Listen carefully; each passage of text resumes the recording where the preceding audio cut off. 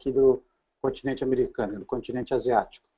E essa é uma planta que tem se disseminado em muitos países, em muitas culturas diferentes, e é considerada hoje uma das 5 piores plantas daninhas do mundo. E um dos motivos pelos quais essa planta daninha é tão problemática é o fato dela produzir um grande número de sementes. Pode chegar até 120 mil sementes por planta, em função...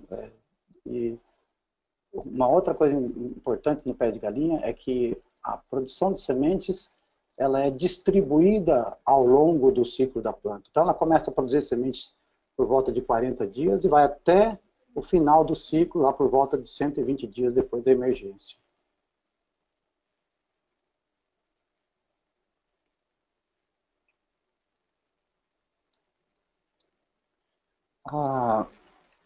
E quando a gente fala de histórico de pé de galinha, aqui no Brasil, nós já temos um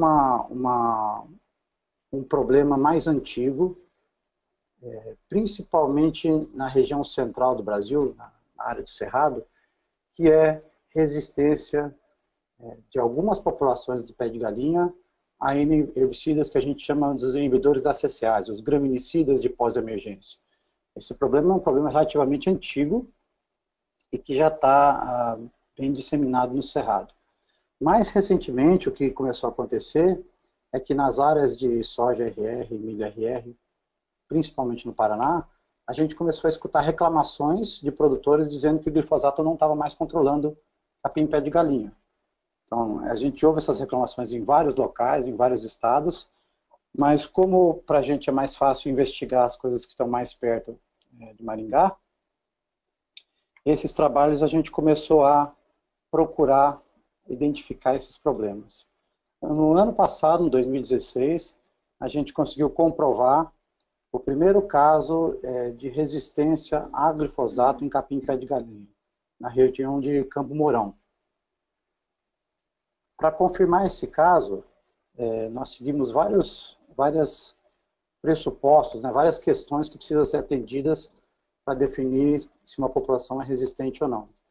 Então foram cumpridas várias etapas, inclusive avaliando a descendência dessas populações, as F1, F2, e realmente o problema de resistência ao glifosato foi comprovado.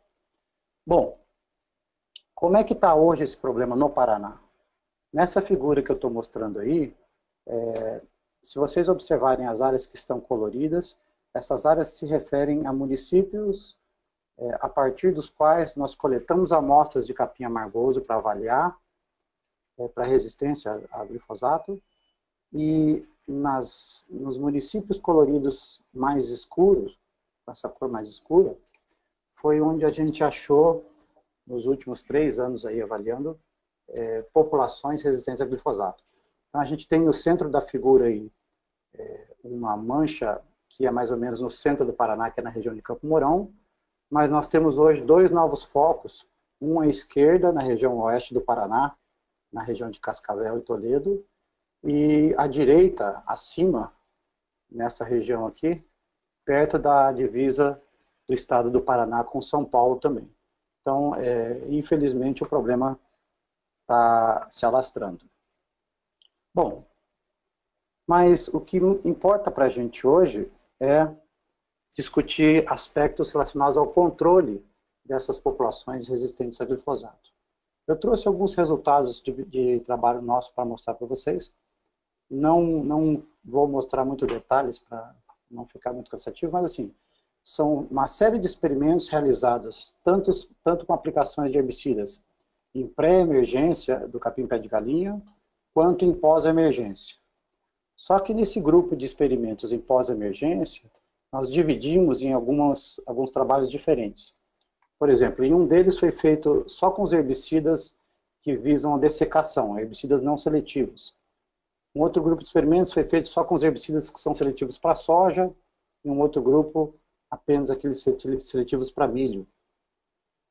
Eu vou mostrar alguns resultados desses trabalhos, e tem uma coisa particular nesses trabalhos que foram aplicados em pós-emergência.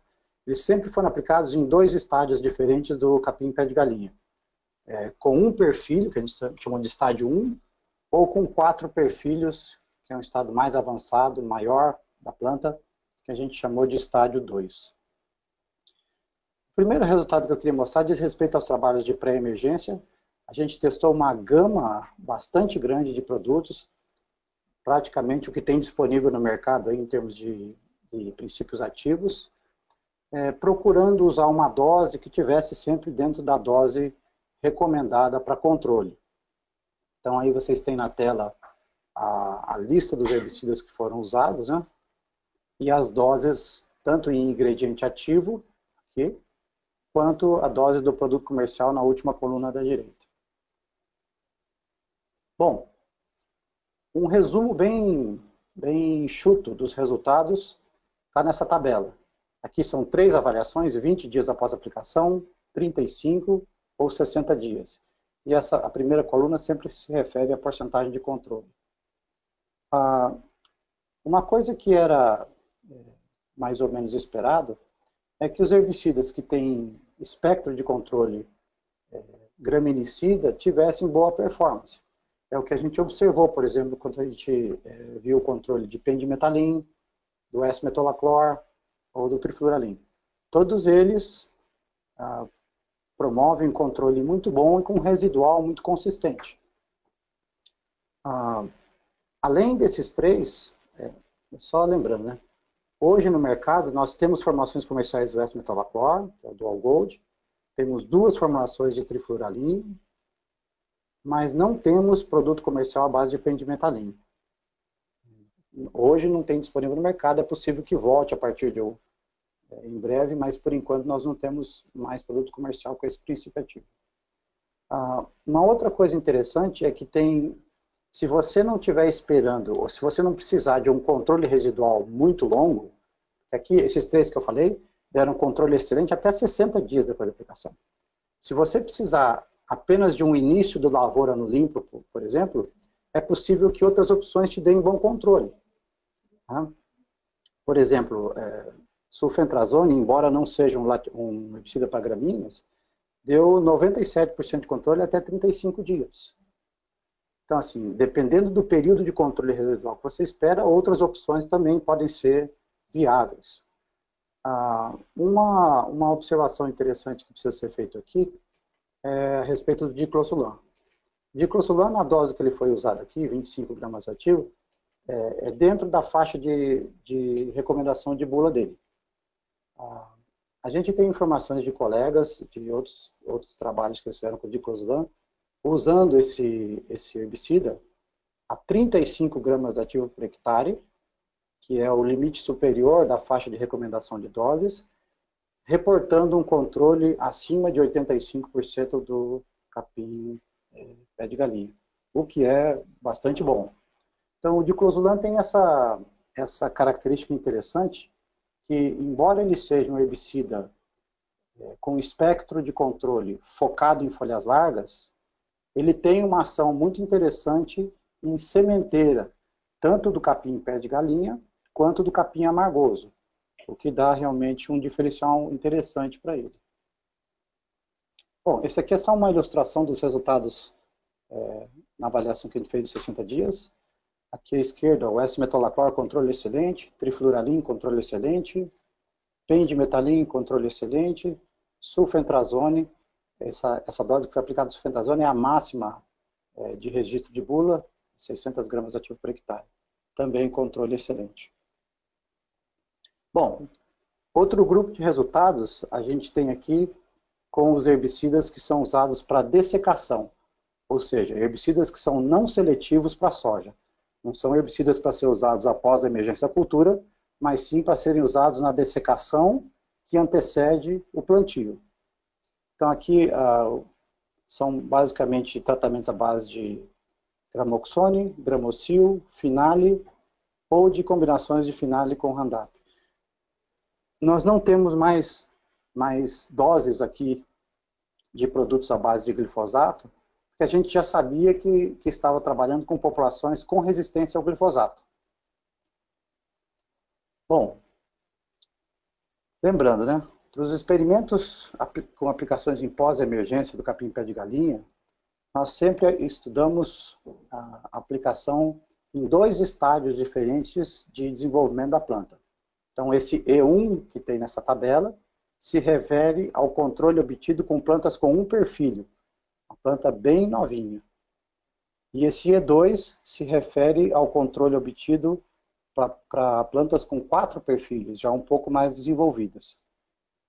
Então, quando a gente olha aqui o controle das plantas mais novas, é possível observar que várias das opções, né, pelo menos 3 opções aqui, me dão controle total dessa planta daninha, o que é bastante bom.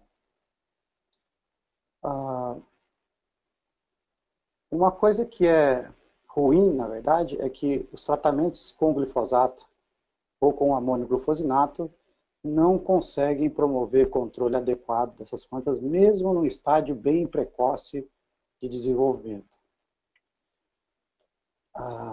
Isso aqui reflete um pouco o que a gente vê nas áreas de produção de algodão, do Mato Grosso, da Bahia, de Goiás, onde, em função do uso das variedades LL de algodão, você tem um uso mais intenso de amônio glufosinato.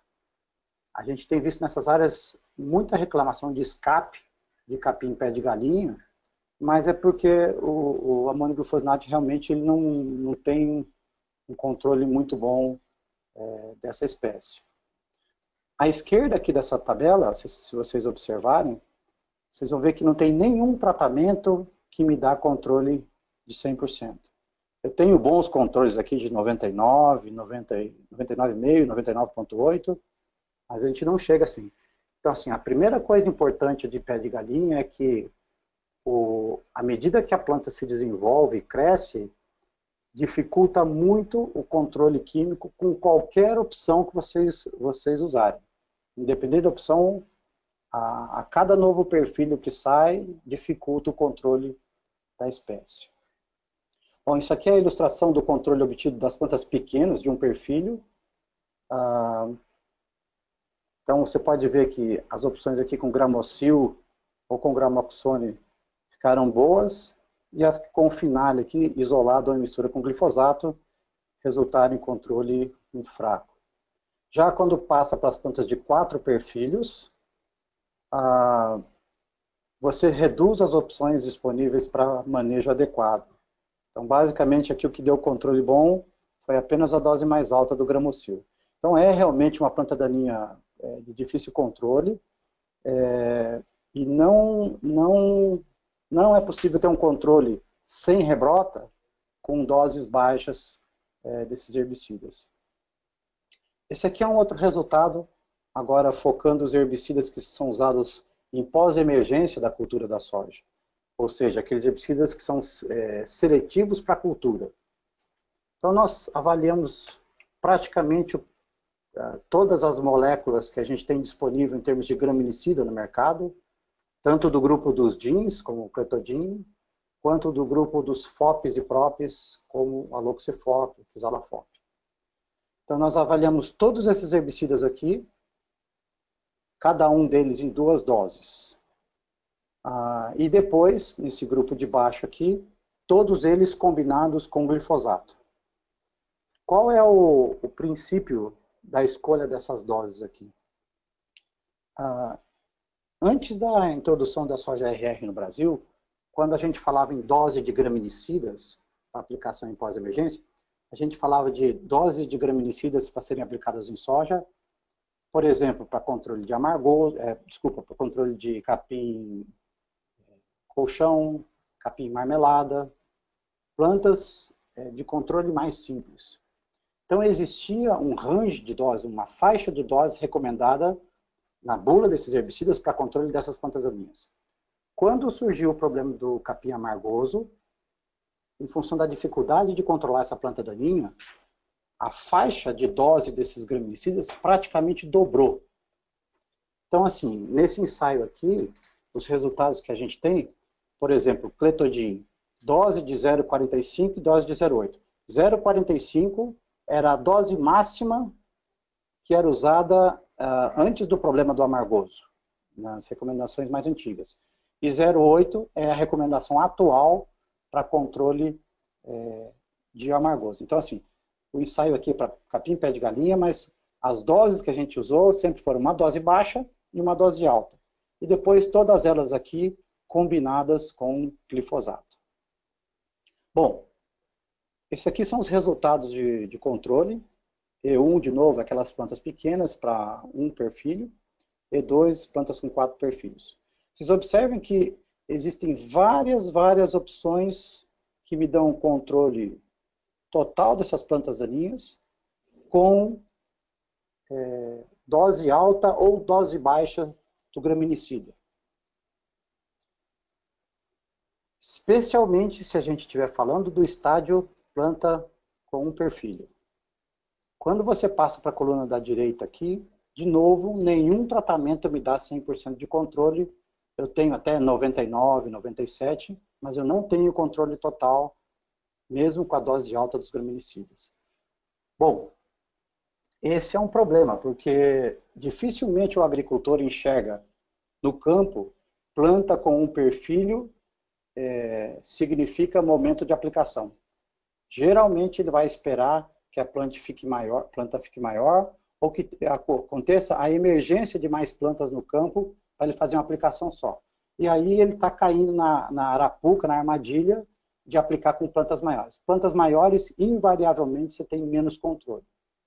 Mesmo assim, as opções de melhor controle ainda são Clethodim e Aloxifop.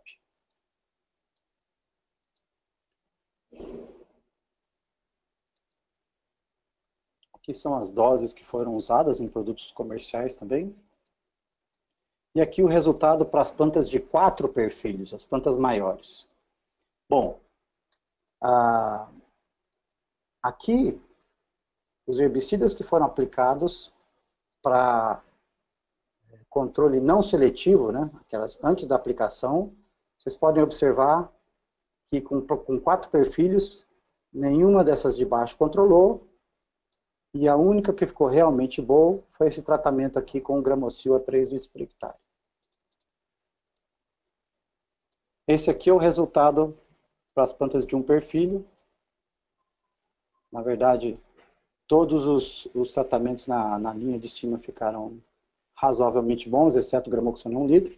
E na linha de baixo, todos eles ficaram fracos.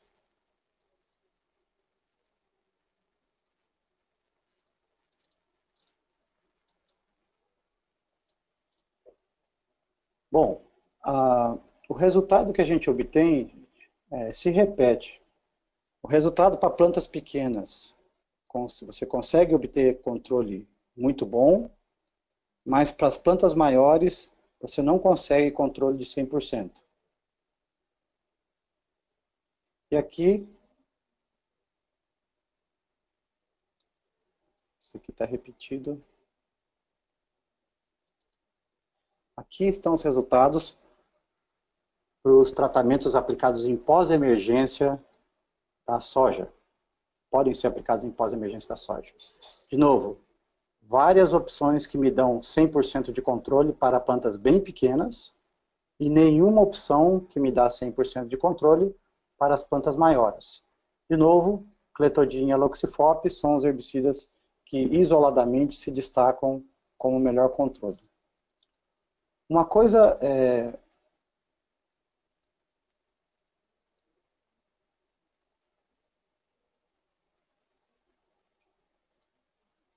Só um minuto, pessoal, está repetido aqui.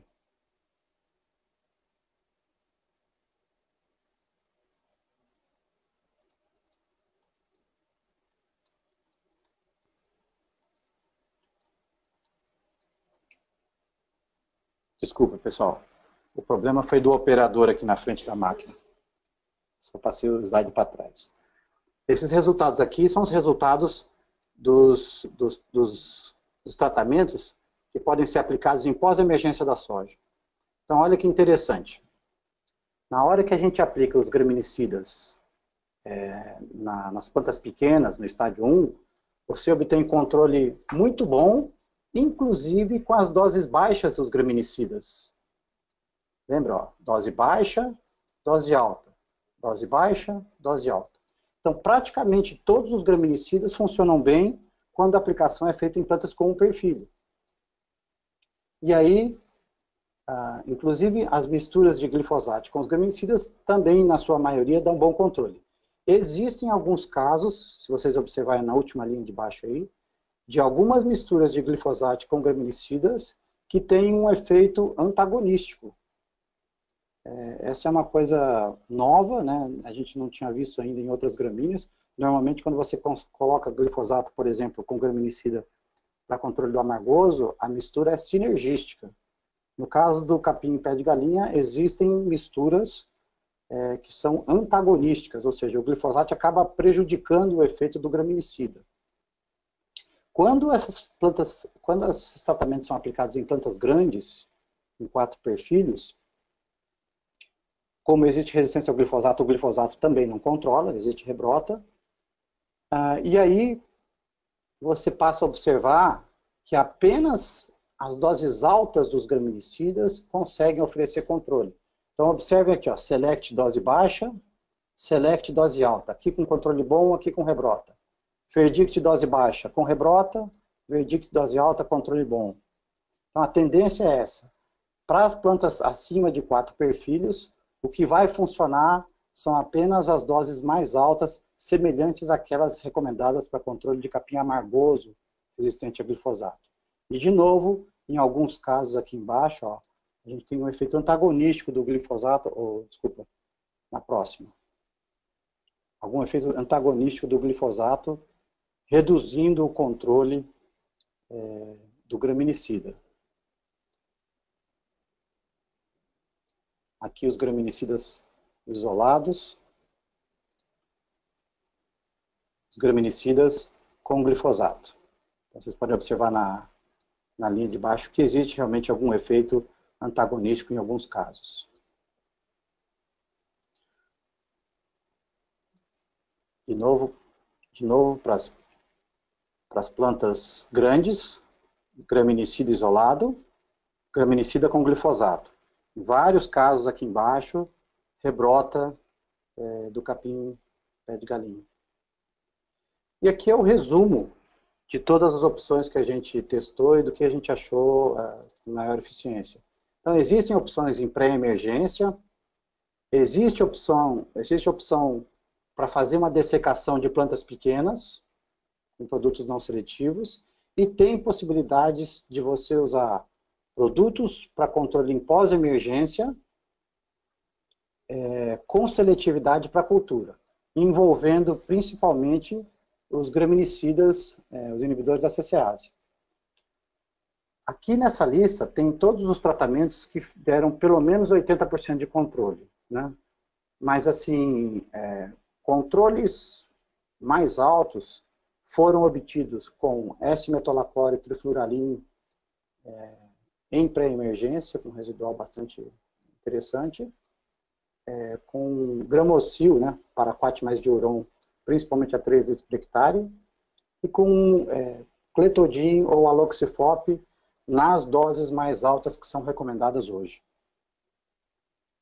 Bom, em resumo, o papel de galinha, a gente hoje tem confirmação que existe resistência para glifosato.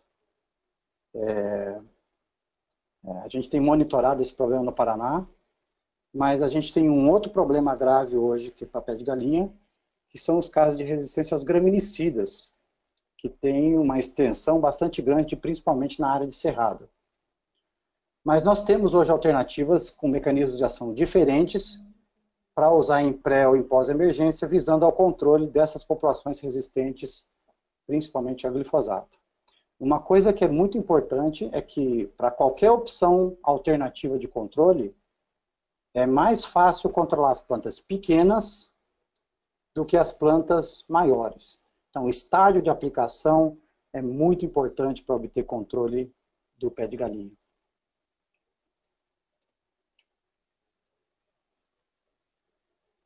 A nossa próxima discussão é a respeito do capim amargoso, resistente ao glifosato.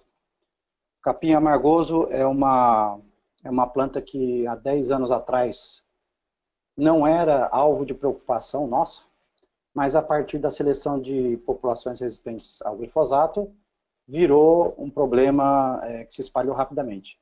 E essa foto reflete como é que aparece numa área a capim amargoso resistente.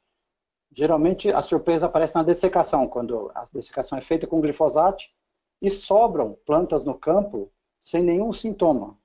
Essas plantas vão produzir sementes, colonizar a área rapidamente.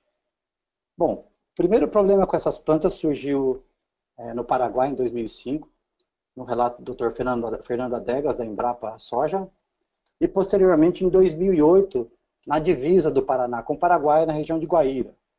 A partir daí, esses biótipos, essas populações resistentes de amargoso se disseminaram no oeste do Paraná, no norte do Paraná, e atualmente essas plantas estão distribuídas em toda a área de produção de grãos do Brasil.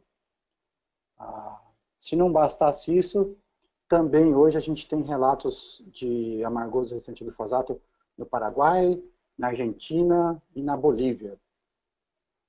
Uma coisa que o capim amargoso tem de diferente em relação a muitas das plantas daninhas que nós temos hoje é o fato dele ser uma espécie perene. Então, assim, por ser perene, ele tem duas formas de reprodução, que é por semente e vegetativa, e ele também apresenta a característica de se perpetuar na área, produzindo semente, floração e semente várias vezes. Então, se ele não é eliminado da área, ele continua produzindo semente indefinidamente. Nessa figura, esse é um trabalho que a gente publicou recentemente, mostra um pouco da evolução, da dispersão do amargoso resistente a glifosato no Brasil. À esquerda, a situação que a gente tinha em 2012, o problema estava mais concentrado na região oeste do Paraná, no sul do Mato Grosso do Sul, e tinha alguns relatos dispersos de ocorrência em Minas Gerais, no sul de Goiás e no Mato Grosso. À direita tem uma figura que reporta a situação mais recente. Cada ponto vermelho desse reflete uma amostra que foi avaliada e considerada resistente a glifosato. Então, realmente, a dispersão disso aumentou muito. Praticamente todas as amostras que a gente analisa hoje do Paraná e do MS apresentam resistência a glifosato. E toda a região central do Brasil, São Paulo, Minas, Goiás, Mato Grosso, Tocantins, Bahia e as regiões mais novas lá do Norte e Nordeste, que apresentam produção de grãos, hoje tem amargoso resistente nessas áreas. O amargoso ele tem uma disseminação muito rápida. A disseminação a curta distância pode acontecer pelo vento, pelos rizomas, ou a longa distância, por meio principalmente de máquinas de colher, que são alugadas e que se movimentam de uma área para outra. A gente sabe hoje que esses dois, a deiscência pelo vento e as máquinas de colhedora, não são as únicas formas de disseminação do amargoso. A gente sabe também que existem processos independentes de seleção local em função do uso intensivo de glifosato. E essas plantas, essas sementes apresentam uma germinação altíssima. Provavelmente, entre as plantas daninhas, é a planta daninha que apresenta o maior índice de germinação normalmente no campo. E uma coisa interessante é que, mesmo na época seca do ano, durante o inverno, a semente não é inviabilizada. Então, o que acontece é que existe fluxo de emergência do amargoso praticamente durante todo o ano. O que ele precisa é um mínimo de umidade apenas para germinar. Nessa foto tem, à esquerda, na letra A, tem a estrutura vegetativa de reprodução do amargoso, que é o rizoma, a estrutura de reserva dele. A letra B é um rizoma com raiz, e as letras C e D é o rizoma com raiz, mais um pedaço do colmo, da parte aérea. Bom, nós fizemos isso aqui só com o intuito de entender quais estruturas dessas são capazes de regenerar uma planta. E esse resultado mostra que apenas as plantas que têm uma parte do colmo são capazes de regenerar plantas novas. Isso tem uma implicação bem interessante do ponto de vista de manejo mecânico. Com esse resultado aqui, a gente entendeu, por exemplo, que quando você usa a roçada como método de controle do amargoso, a roçada mais efetiva no controle dele vai ser aquela que promoveu o corte mais baixo da parte aérea, com o mínimo possível de combos. Então, assim, para ter efetividade, a roçada precisa ser um método de controle que não deixa, ou que deixa o mínimo possível de parte aérea das plantas. Bom, para entender controle de amargoso, a gente precisa entender um pouquinho de como é que a planta se desenvolve. Então, essa planta inicialmente cresce muito devagar. O crescimento dela é lento até da emergência até o ponto em que ela começa a formação dos rizomas, que são as estruturas de reserva lá no solo. Essa fase coincide com aquilo que a gente enxerga como o entouceiramento da planta, a formação das touceiras. Então, quando a gente pega esse ciclo de semente até touceira, o capim amargoso, ele é uma planta de controle, eu não diria fácil, mas de controle com várias opções de alternativa quando você está falando de sementeira, de algumas opções interessantes quando você fala de plantas novas recém-emergidas, e de controle difícil quando você fala de plantas adultas, já florescidas, e com o entouceiramento dela com a formação das estruturas de reserva. Bom, começando então com o controle em pré-emergência. A coisa mais interessante do controle de sementeira de amargoso é o fato de você poder usar herbicidas, de você ter disponível herbicidas que são de mecanismos de ação diferente do glifosato ou dos graminicidas de pós-emergência. Então, assim, essa é a melhor chance, dentro do ciclo da cultura, de alternar um mecanismo de ação diferente.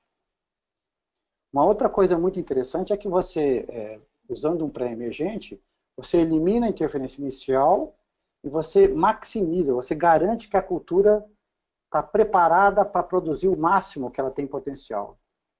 Sem contar que você reduz o banco de sementes com o tempo, você aumenta a tranquilidade para a aplicação do pós-emergente, diminui o número de plantas que esse pós-emergente precisa controlar, e você dá uma vantagem competitiva para a cultura. A cultura emerge na frente do primeiro fluxo de amargoso, o que resulta num controle cultural muito interessante. Então, para essa modalidade de controle, existem possibilidades como essas que estão na tabela. A gente tem, por exemplo, inibidores do crescimento inicial, como o trifluralin e S-metolaclor. Infelizmente, nós não temos hoje produtos comerciais à base de alaclor e pendimetalina no mercado, mas também apresentam um bom controle. Temos inibidores dos fotossistema 2, como o diuron mais hexazinone. Esses produtos não são seletivos para a soja, mas podem ser usados em cana, por exemplo. Temos inibidores da ALS, como o diclosulam e o imazapir. O diclosulam, bem mais seletivo para a soja do que o imazapir. O imazapir tem alguns problemas de seletividade. Ou inibidores da síntese de carotenóides, como o cromazone. Nesse universo de pré-emergentes, a gente tem visto controle bastante bom com esses três que estão em negrito, com trifluralin, S-metolaclor e diclosulam. E, de novo, né,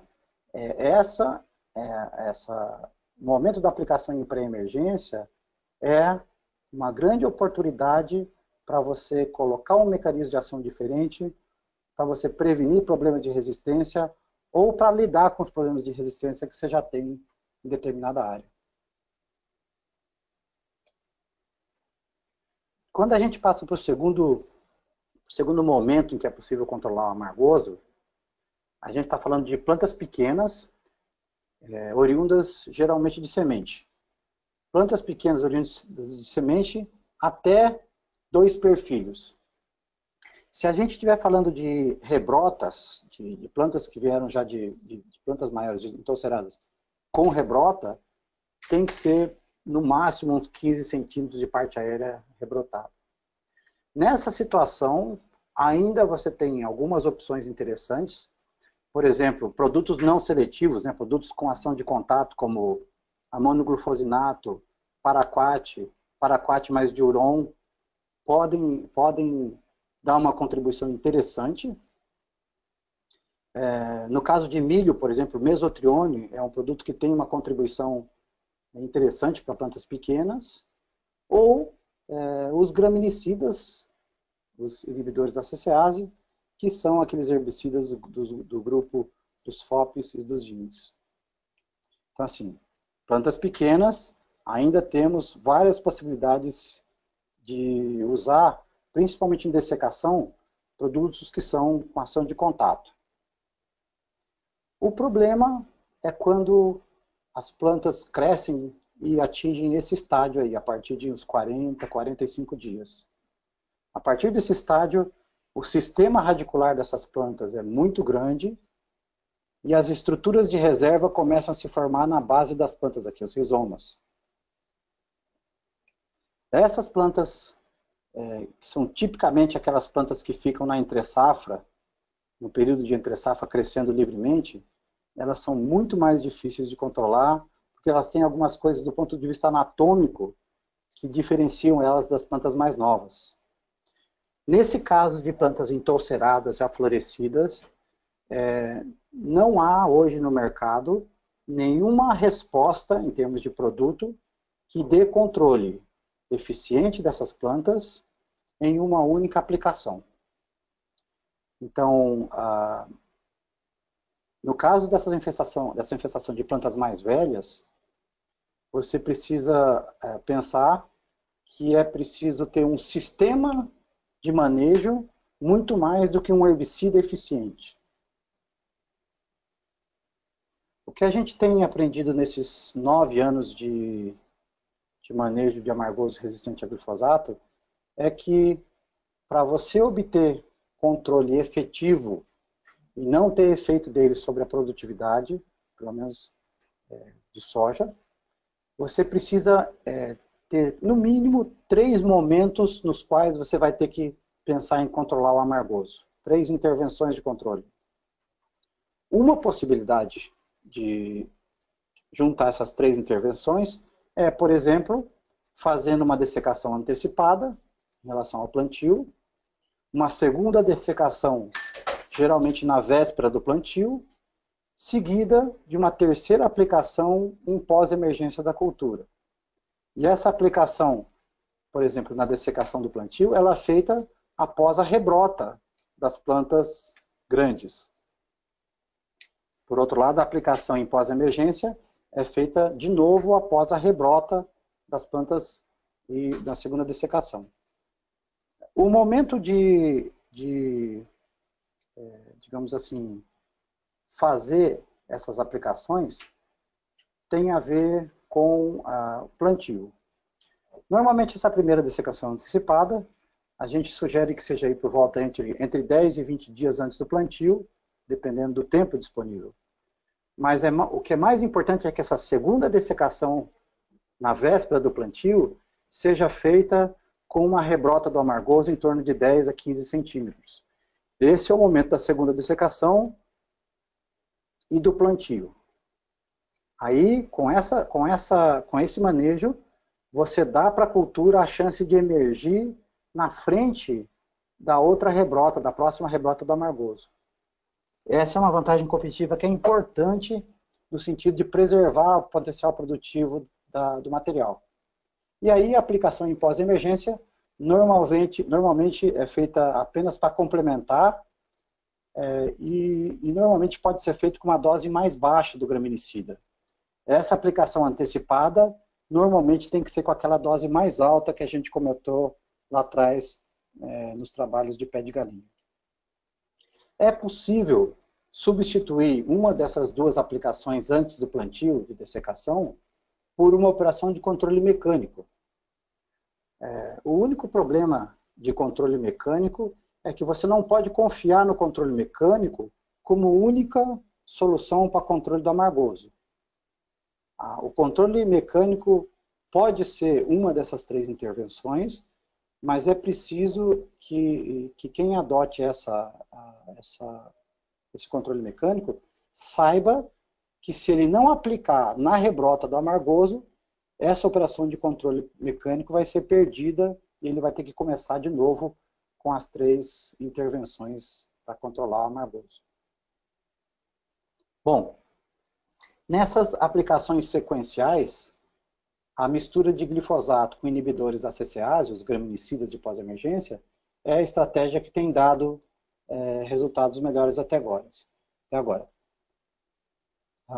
Em função de limitações de registro de alguns produtos, é possível, naquela segunda aplicação de dessecação, naquela que antecede o plantio, substituir o glifosato mais a CCase por uma aplicação de um produto de contato, né, com base em paraquat mais diuron, por exemplo.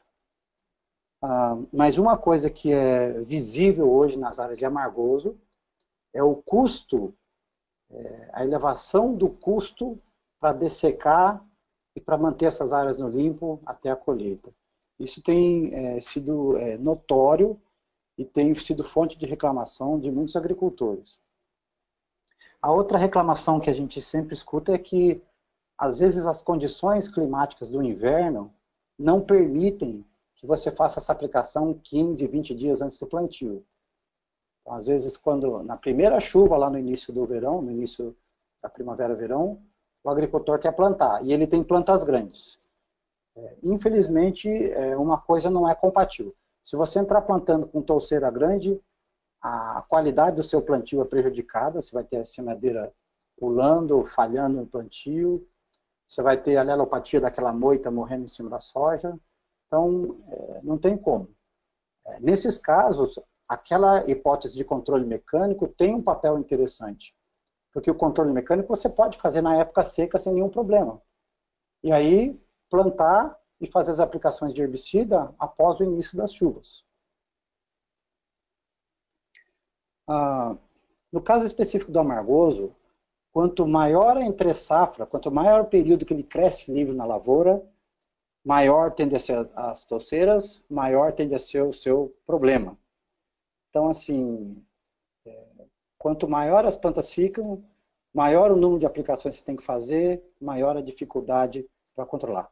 Existem algumas possibilidades que não são relacionadas a herbicidas que podem contribuir no manejo do capim amargoso. Uma experiência muito interessante que alguns agricultores têm tido é usar, por exemplo, o consórcio de milho com braquiária na safrinha, no sentido de ter uma cobertura melhor da entre-safra com a palhada da braquiária. Nas áreas em que a gente tem visto o uso de milho com braquiária, por exemplo, a infestação tanto de capim amargoso quanto de buva reduz muito. No caso de buva, chega a reduzir em 80% a infestação da área. Tem poucos herbicidas hoje que dão controle acima de 80% de buva.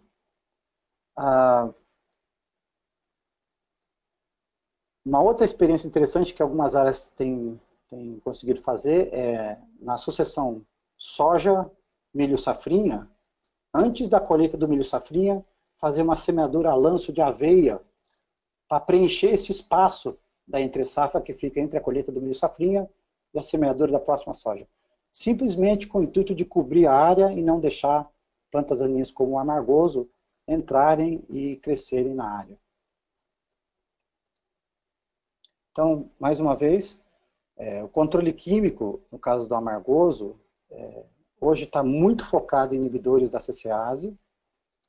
Eles são uma ferramenta importante, talvez a melhor que nós temos, mas para preservar essa ferramenta por mais tempo, a gente precisa investir em outras coisas que não inibidores da CCase e controle químico. Em algumas áreas, principalmente no cerrado, é comum que em algumas áreas o agricultor precise fazer, por exemplo, uma correção do solo, uma calagem. Quando ele tem uma situação dessas, é possível ele aproveitar a gradagem, por exemplo, que ele faz para incorporar o calcário, com o controle mecânico do amargoso. Então, é possível não só depender de roçada, mas usar, por exemplo, a aração e gradagem como uma daquelas 3 interferências de controle que a gente mencionou. Normalmente são interferências de entre-safra com áreas de menor cobertura de palhada. Na escolha dos herbicidas para serem usados numa daquelas 3 intervenções que a gente mencionou, o melhor grupo de herbicidas tem sido esse do lado esquerdo, constituído pelo cletodin, aloxifop e pelo quisalafop.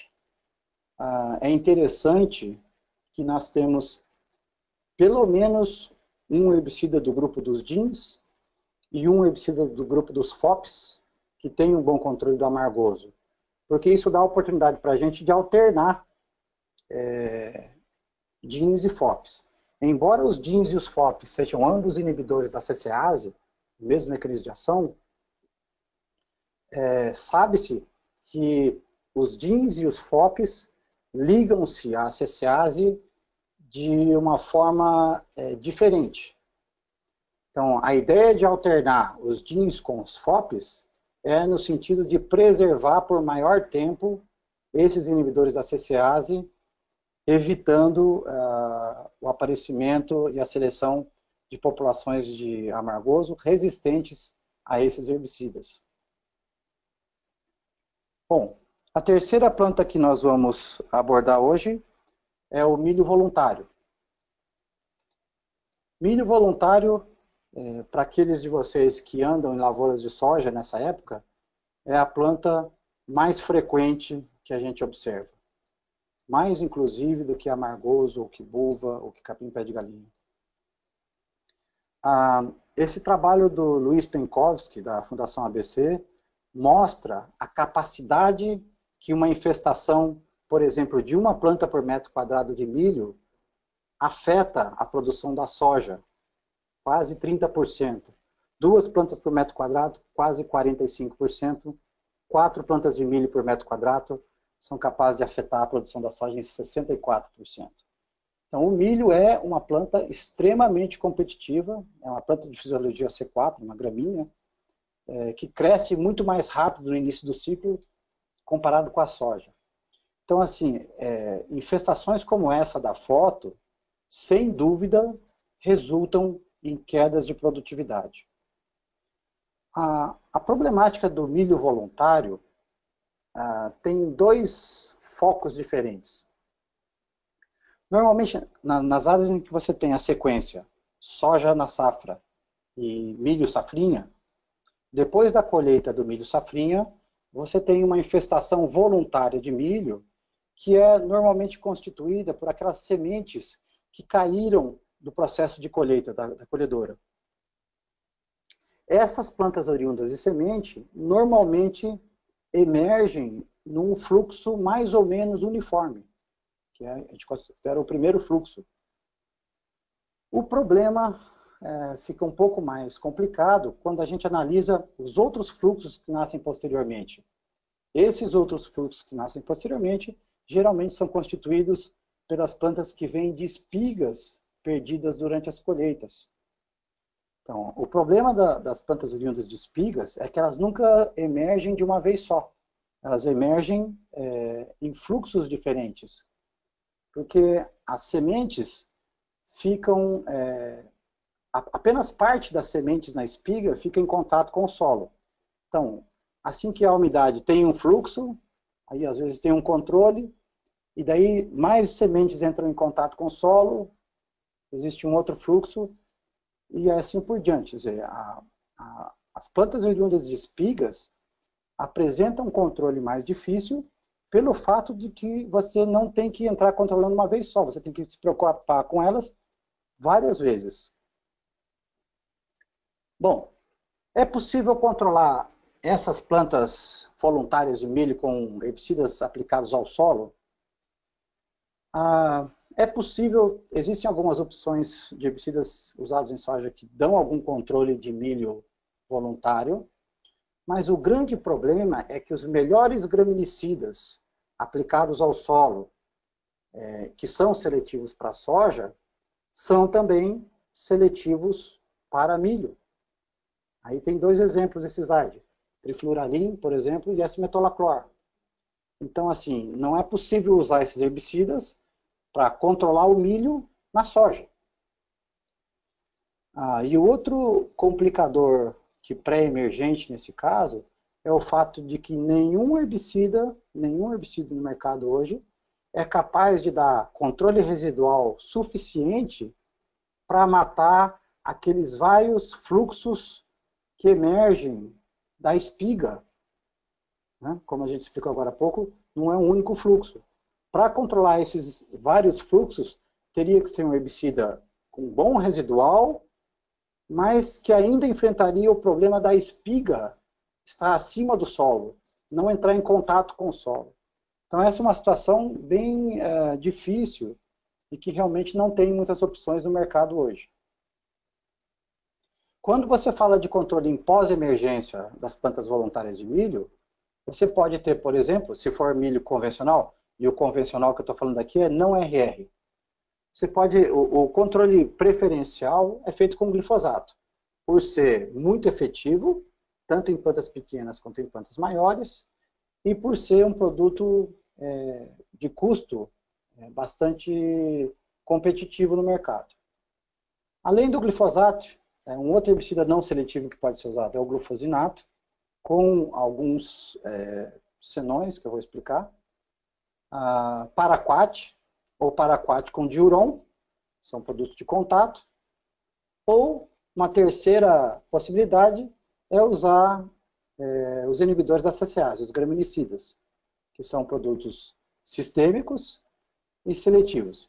Então, assim, glifosato, glufosinato ou paraquat são possibilidades que você tem de usar, principalmente pensando em dessecação, embora o glifosato possa ser usado em pós-emergência em soja RR.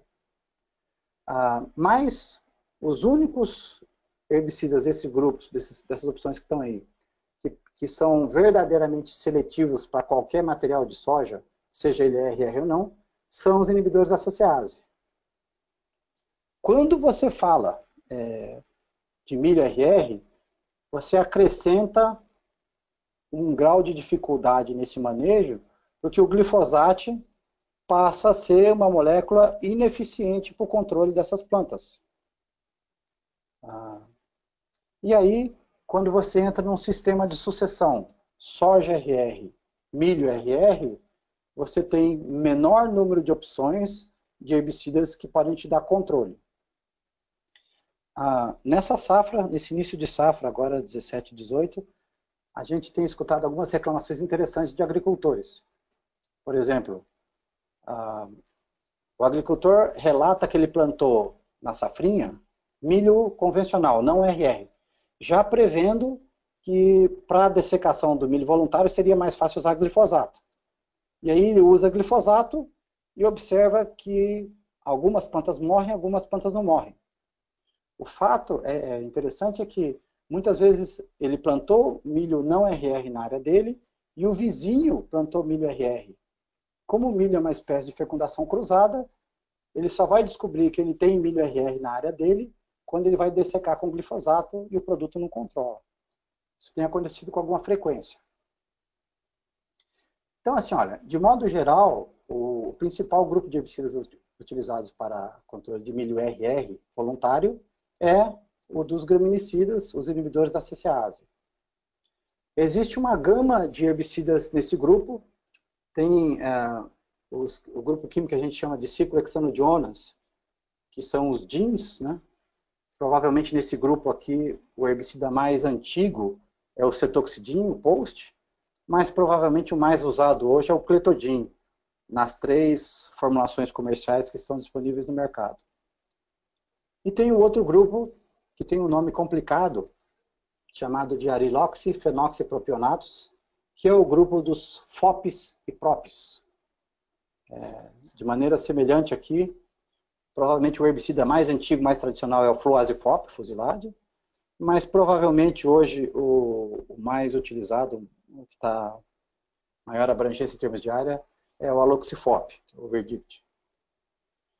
Uma coisa muito, muito, muito importante para obter controle de milho RR voluntário é o momento em que os herbicidas são aplicados.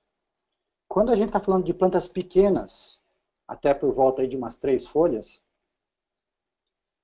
a maioria, praticamente todos os graminicidas aplicados nas doses recomendadas, apresentam um bom controle dessas plantas. E além disso, principalmente se você estiver pensando em dessecação, você tem a opção de usar produtos não seletivos como o paraquat ou paraquat mais diuron, que é muito interessante.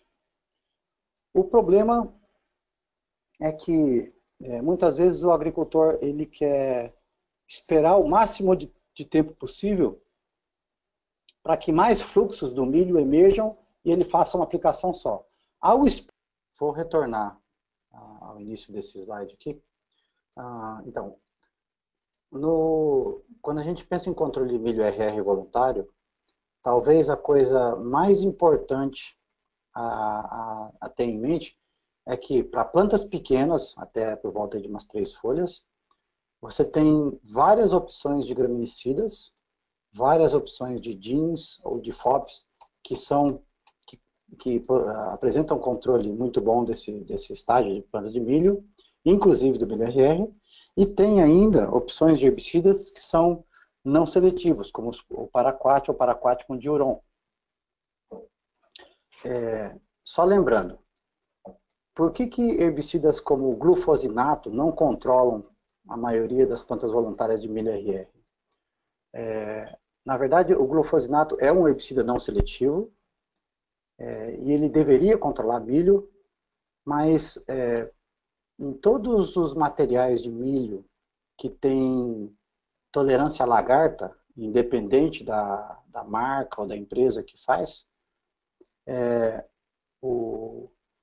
junto com o gene de tolerância à lagarta, é inserido um gene para tolerância a amônio-glufosinato. Por quê? Porque no processo de seleção das linhagens, depois da hibridação das duas linhagens, quando você tem F1, para descobrir na F1 quem é tolerante à lagarta ou não, isso aí é feito com aplicação de glufosinato. Então, assim, as plantas que têm tolerância à lagarta recebem também o gene de tolerância a glufosinato. Então, elas não morrem. Aquelas que não receberam o gene de tolerância à lagarta também não recebem o glufosinato. Ao aplicar o glufosinato nessas plantas, você acaba matando as plantas que não te interessam. Então, o glufosinato é usado como um gene marcador para a tecnologia de tolerância à lagarta. Então, assim, o resumo da história é o seguinte: em todos os híbridos que você tiver tolerância para lagarta, você tem também, provavelmente, tolerância ao glufosinato. Então, é por isso que o glufosinato não é utilizado aqui, ó, nessa lista de produtos não seletivos para controlar plantas pequenas. Mas é possível usá-lo se for milho que não tem tolerância à lagarta. Bom, no caso de plantas maiores, acima de 5 folhas, a primeira coisa interessante é que esses herbicidas de contato, seja paraquat ou paraquat com diuron, deixam de ser efetivos e você perde essa ferramenta. E aí sobram, na verdade, basicamente os graminicidas.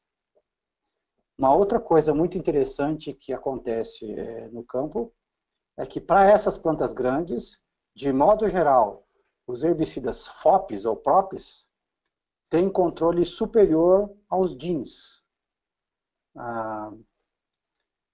E é uma característica do grupo químico, né? Não é exatamente de um produto específico. Mas, de novo, né? Do mesmo jeito que no capim amargoso ou no capim pé de galinha, toda vez que você deixa para controlar essas plantas em estágio maior, você tem menos opções de herbicidas que funcionam bem. Bom, esse é o nosso último slide. Isso procura resumir os pontos mais importantes dessas 3 plantas daninhas que a gente avaliou hoje. Até no título aí eu botei como brincadeira, né? Controle químico das gramíneas RR, né? Na verdade é só o milho que é RR, o capim pé de galinha e o amargoso, na verdade são populações selecionadas para resistência a glifosato. Primeira coisa que vale para todas elas: principalmente pensando em dessecação, quando você tem plantas grandes e que você precisa aplicar produtos sistêmicos, como os inibidores da CCase, misturas desses herbicidas com produtos mimetizadores da auxina, como o 2,4-D, por exemplo, resultam em antagonismo e na queda de eficiência. Você não vai deixar de precisar aplicar uma ou provavelmente 2 vezes herbicidas nas rebrotas que vêm a partir dessas plantas que foram picotadas na área. Bom, pessoal, por hoje era isso. A gente agradece a audiência de vocês e até uma próxima oportunidade. Tchau, tchau.